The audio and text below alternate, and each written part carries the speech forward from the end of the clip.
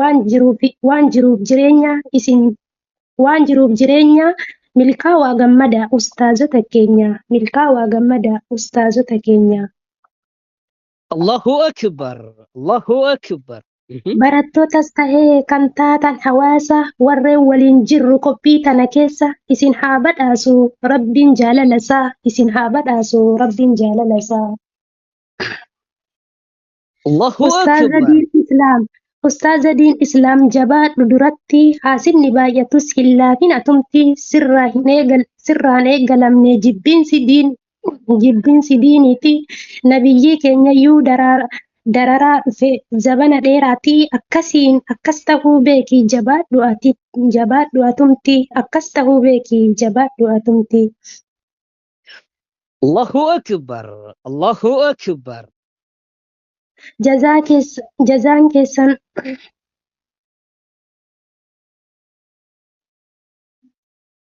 Allahu Akbar.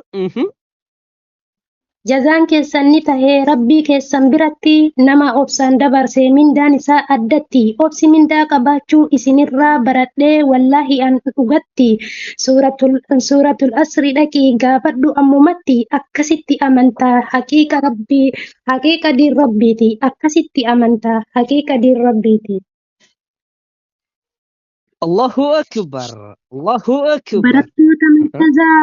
Barattoota markazaa burqaa diin islaamiiti akkamiin agguma gammachuu keessaniin dhagahe ammuma wal faana hiriirree jabaannee marumaan diin islaamiin boonnaa walii galleetumaan aduwwii islaamaa buqqisuudha qabna. Allahu Akbar.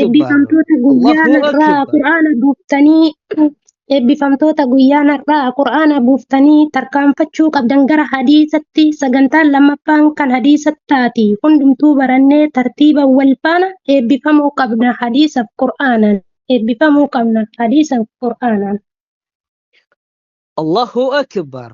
Allahu Akbar. Kaleessa waan beektu gaafa biyyaa baatu meeqa diinii baree waan garaa si nyaatu hundumtuu baratee qaala jechuu qabna jecha gammachiisaa qalbii nama hatu hunduu haa jabaannu karaa diin irratti akkaataa jireenyaa kan akeeku nutti tartiiba godhataa namni diinii marti. Allahu Akbar. Allahu Akbar. Barataa markazaa hunduu wal jabeessaa irra hedduun isaa garaa si jabeessa sima walii nyaatee siif taha bineensa akkas tahuu hin qabnu jamaa obboleessa karaa diin irratti wallaahi wal jabeessa barsiisaa diin islaam kan maqaa balleessa carraa diin barachuu kan karaa nuuf saaqe daandii qajeelummaa isa nuuf akeeke rabbiin haa balleessu warra isa qeeqe. Allahu Akbar. Allahu Akbar. Qaama waliin beeknu tasa walit dhufnee osoo kana beeknu maaliif taana burree yoo tokko ijaaru tokko maa facaasaa shiboo dharaa fidee walitti mareessaa barsiisaaf barataa akkasiin darara hojii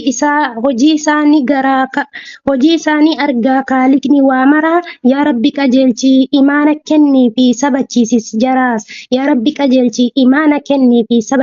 jaraas hunduu haa jabaannu. Allahu Akbar. Hunduu haa jabaannu karaa diin irratti wal jibbaa fi tuffii maaliif dhufti nutti kan barataa jiruus jecha kaaliqaati waan hin taane yaaduun rabbiin ni jibbaati jabaadha wal gorsaa obbolaa diiniiti karaa islaamummaa qabachuun dirqama nurratti. Allahu Akbar. Allahu Akbar. Onlaayinii dhiimoodhaa anaaf gahee guddaa obboloota hedduu horadhe as gubbaan ijoollee wal jaallannu kan tokkummaan imaltu ustaaza faana bulaa kan diin isaatiin bultu diinitti wal jabeessaa gammachuu waliif qooda warra nu faallaa qofatu maraatee nurraa ooda isaantu nu baaseetii garagaran nu qooda obbolaa wal jaalannu gaddas tahee gammachuu tarsiimoo ofii cimsaa diinii kennan taphachuu eebbi keenyas hin dhaabbatu jabaannee jabaadhu waliin jechaa jannatatti wal geennaa waan dalaganne baachaa galmeen teenya hundinuu hin dagatin waabichaa galmeen teenya hundinuu hin dagatin waabichaa. Allahu Akbar. Allahu Akbar. Barsiisaa diin islaamaa gaheen kee dhugaan cimaa maal jedheetiin si ibsa ani yaadni koo na dhibee galata rabbii guddaa jabaadhu ustaazota diin islaamii nuti sin qabaachuudhaan diin islaamaa barannee qur'aana eebbifamuun har'aami kan jalqabne oollee bullee jirrani ni dhufa gara boodaas kitaaba fi hadiisan asitti gahee qooda kitaaba fi hadiisan asitti gahee qooda. Allahu Akbar. Allahu Akbar. Marsaan itti aanullee markazoota gamtaa keenyaa marsaan itti aanullee kan kitaabota beeka hunduu hadiisan dubbata barataa diin islaamaa aduwwii diin islaamaaf hin kenninu balbala jabaannee diinii keenyan bobbaanee galuu qabna jabaannee diinii keenyan bobbaanee galuu qabna.